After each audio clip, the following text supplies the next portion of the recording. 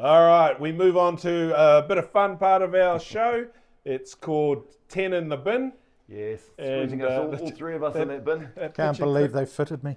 Yeah, it's such a cozy, snug bin, isn't it? So this is where we get a question thrown at us from the viewers out there, and then we are going to digest that question and give you our professional answers. So we've not had these questions yet, so Yeah, I'm looking forward to this let's one. see what today's question is. Is there too much or not enough whistleblowing from grassroots referees? Oh, far Well, out. yeah, I mean, as a very, very capable referee, in fact, the both of you sitting next to some of the Bay's best referees. Well, I'm sitting next to some referees, right? Some referees.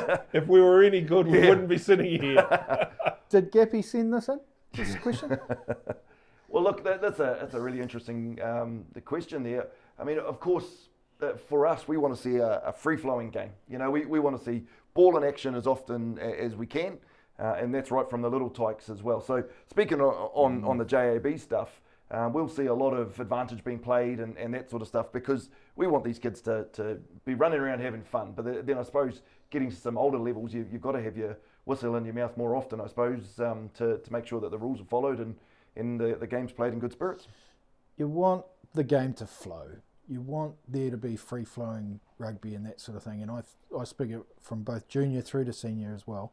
At a junior level, you know, there comes a time as well where they need to actually learn how the game works. You know, one of the things I'm looking at the moment is at under 12s level is just simply hands in the ruck. And there's been some really good well-drilled teams that know that when they can and when they can't have a go, and other teams that just want to have a go every time and it just wrecks it because you have to keep blowing them off the park, unfortunately. Don't want to do it, but you kind of have to. Senior level, same sort of thing. It's, you know, how much they want to have a go and allow the game to flow themselves, and you just be there as the person who picks up what needs to be picked up, or you have to make a whistle festival out of it. Sometimes we see, especially in the development game, in the development games throughout the course of the weekend, the ball handling may not be as accurate as our premier stuff, and we see a lot of scrums. And that when the whistle's blown and we have to pack down another scrum, and then the ball gets from the scrum and it's passed through the back line and it gets dropped again, whistle blows again and we have to pack down for another scrum. It ruins our game. I know the big boys enjoy it. That's the way they like to earn their lunch, but for us as spectators, we want to see that ball in action as often as possible, eh? And it's so hard now to find that balance because of everything you see on TV, they pick up every little thing, from the slightest knock-on through to foul play and all that sort of stuff. And so at grassroots level, there's an expectation, and you know, you'll hear it on the side. You missed that, ref. You did this. You know, you can't see everything. Yeah. You know, you watch a game from 40 years ago, you'll see, you know, even internationals and that. You'll see 4 or 5 knock-ons, and the referee just lets it play because it's just keeping the game flowing. Yeah. Can't happen like that these days, unfortunately. Both of you have raised interesting points, and it's so I'll just try and summarise. So you talked about the multiple knock-ons, and you talked about lots of instances where there might be a lot of hands in the ruck because they're competing in everything. So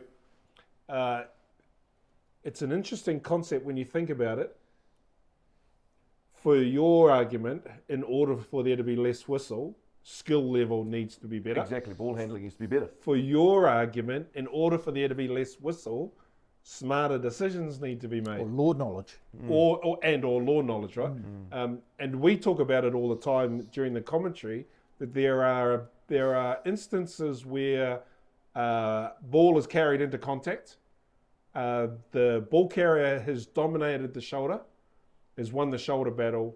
There's never going to be an opportunity for a jackal turnover, yet players still have a crack. Yeah, but that's what I think. Yeah, we need to be teaching that right from your intermediate sort of age, that Ty Mitchell sort of level where the kids are able to, or potentially even younger than that, but we need to make sure that the players know when is the time to contest, when it's time to not. You know, and your 3 options that I coach are have a jackal if that option is on, counter if that option is on, and if it's all closed off, fan out. You know, that's when you start looking at your defensive line. Well, let me ask you this question then. What are the triggers for when a jackal's on and off? What's a trigger that you're coaching your under nines? Yeah. What's the trigger for your jackler to be given permission to have a crack? Well, see, that's the thing. So at the junior age, so I'm coaching the under 8s. So we don't even look at that. You know, we've got some teams that set up and a player will get tackled and everyone will stand around in a circle. That's their first year of tackle. So jackal opportunities aren't really taught at that time. But isolation is probably the key. That's the trigger. If you're looking at intermediate sort of level and higher. And we look at that, and we caught a couple of them, you know, on Saturday when a player comes into contact, they're tripped, they fall in, they're off balance, and they fall at the feet of a player. That player is straight away in a better position to just get over that ball and jackal that, and that comes solely from isolation. Same as if you're carrying and you're too quick for the rest of your team, or you get yourself isolated from the rest of your team. That's when the jackal opportunity is on, and players need to know that and get their hands out of it when that opportunity is not there.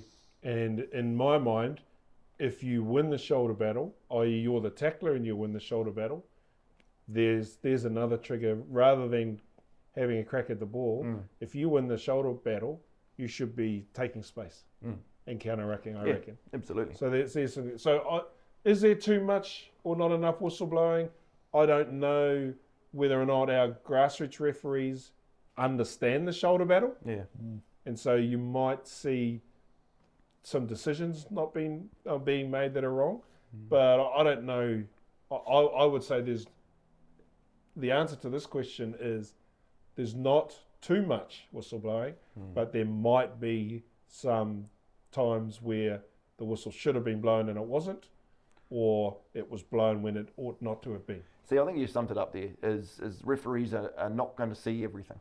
And they're not going to be able to get absolutely everything. And I think everybody, players, spectators, coaches, everyone needs to realise that and allow for that. You know, that you've got 15 players on each side and a referee in the middle who all want this game to flow nicely and to be a good, constructive battle. But sometimes they need to blow the whistle and sometimes they'll miss things. But that's the sport that we play. And they're all doing the best they can. Absolutely, yep. And to me, I'd say, keep your expectations in check.